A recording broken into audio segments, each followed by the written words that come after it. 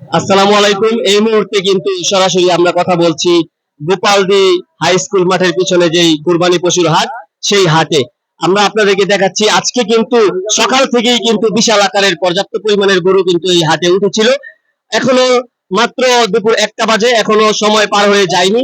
যে পরিমাণের গরু উঠেছে, আপনারা এখনই যদি হাটে আসেন, অসংখ্য গরু আছে, আপনারা কিনতে পারবেন আপনাদের পছন্দ অনুযায়ী, স্বাচ্ছন্দ্য দাম অনুযায়ী।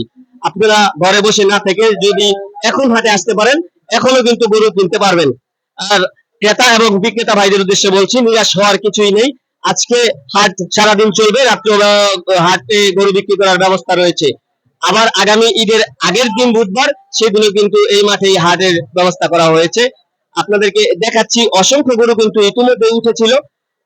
জায়গা কিন্তু ছিল না, পানি নিষ্কাশনের ব্যবস্থাও আছে, আমরা কর্তৃপক্ষের সাথে কথা বলে যেটি জানতে পেরেছি। আপনারা এখন আসলে এখনই গরু কিনতে পারবেন।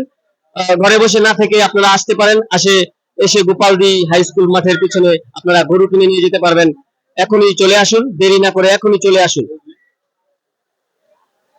এখনো কিন্তু গরু আসছে মাঠে। ঝড় বৃষ্টি উপেক্ষা করে কিন্তু কৃষকরা এবং পাইকাররা কিন্তু গরু বিক্রয় করার উদ্দেশ্যে এই হাটে গরু এখনো পর্যন্ত নিয়ে আসছেন। আমরা এখনো পর্যন্ত যেই গরু দেখেছি, প্রত্যেকটি গরু কিন্তু একটি একটির চেয়ে কম নয়, প্রত্যেকটি গরু কিন্তু বিশাল আকারের গরু। আপনারা এখনই চলে আসুন, আর দেরি না করে গোপালদি বাজারের হাই স্কুল মাঠের পিছনে আজকের যেই হাট, সেই হাট থেকে সরাসরি কথা বলছিলাম 2500-এর জনকণ্ঠ।